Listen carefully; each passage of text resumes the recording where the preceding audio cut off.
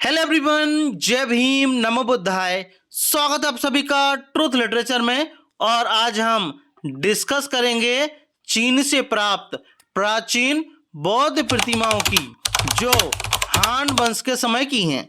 ये प्रतिमाएं न केवल बौद्ध धर्म के प्रसार को दर्शाती हैं, बल्कि यह भी प्रमाणित करती है कि चीन में बौद्ध धर्म कितनी गहराई से समाहित था। तो आइए इस रोचक सफर की शुरुआत करते हैं।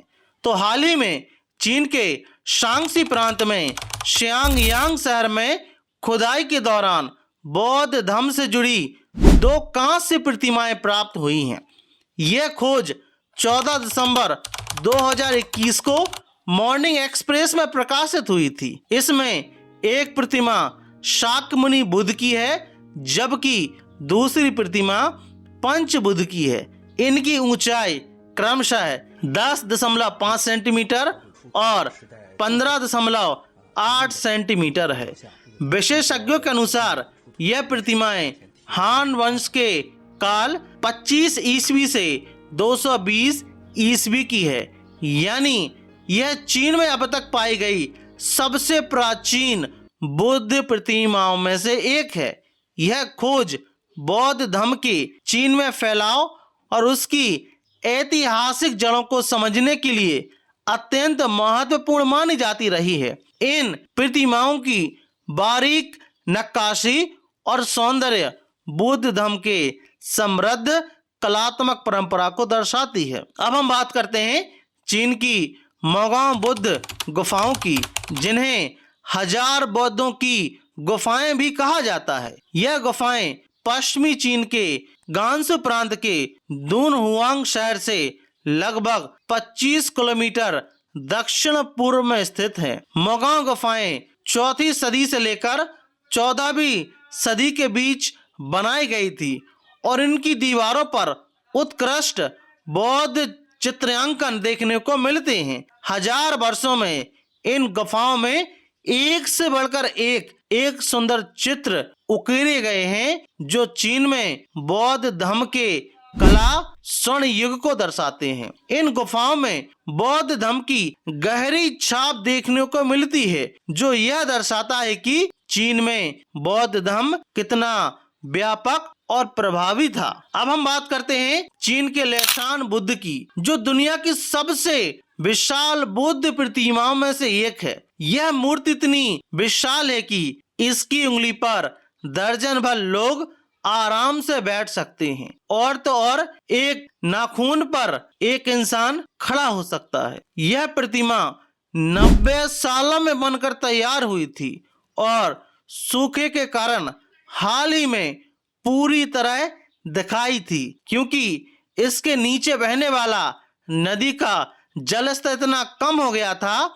यह मूर्ति तांग वंश 618 से 907 ईस्वी के समय निर्मित हुई थी। इससे चीन में सबसे महत्वपूर्ण बौद्ध धरोहरों में गिना जाता है। इसका निर्माण एक महान स्थापत्य कौशल को प्रदर्शित करता है और इसकी विशालता से यह स्पष्ट हो जाता है कि उस काल में बौद्ध धर्म का कितना प्रभाव था।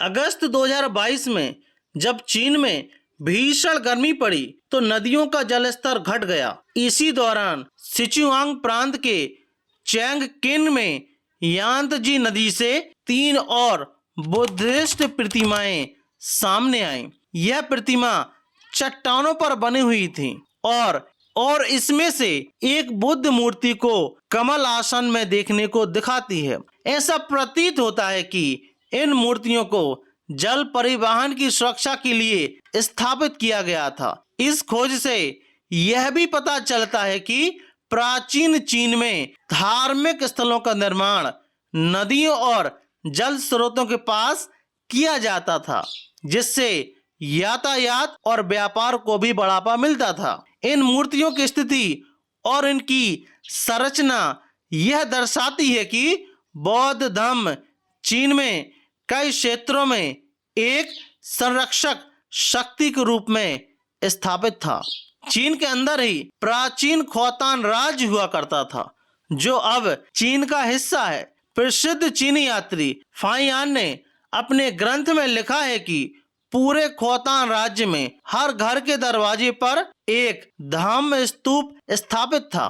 पूरे राज्य में एक भी ऐसा घर नहीं था जिसके दरवाजे पर धम्म स्तूप ना हो और प्रत्येक स्तूप कम से कम 20 हाथ ऊंचा था। इससे अंदाजा लगाया जा सकता है कि खोतान पूरी तरह बौद्ध धम्म में रचा बसा हुआ करता था। इतना ही नहीं, खोतान सिल्क रूट पर स्थित था, जो भारत से चीन तक बौद्ध धर्म के प्रचार प्रसार का प्रमुख मार्ग था। चीनी इतिहासकारों के अनुसार इन मार्गों से बौद्ध भिक्षु और विद्वान भारत से चीन आए। इससे दोनों देशों के सांस्कृतिक संबंध और अधिक मजबूत हुए।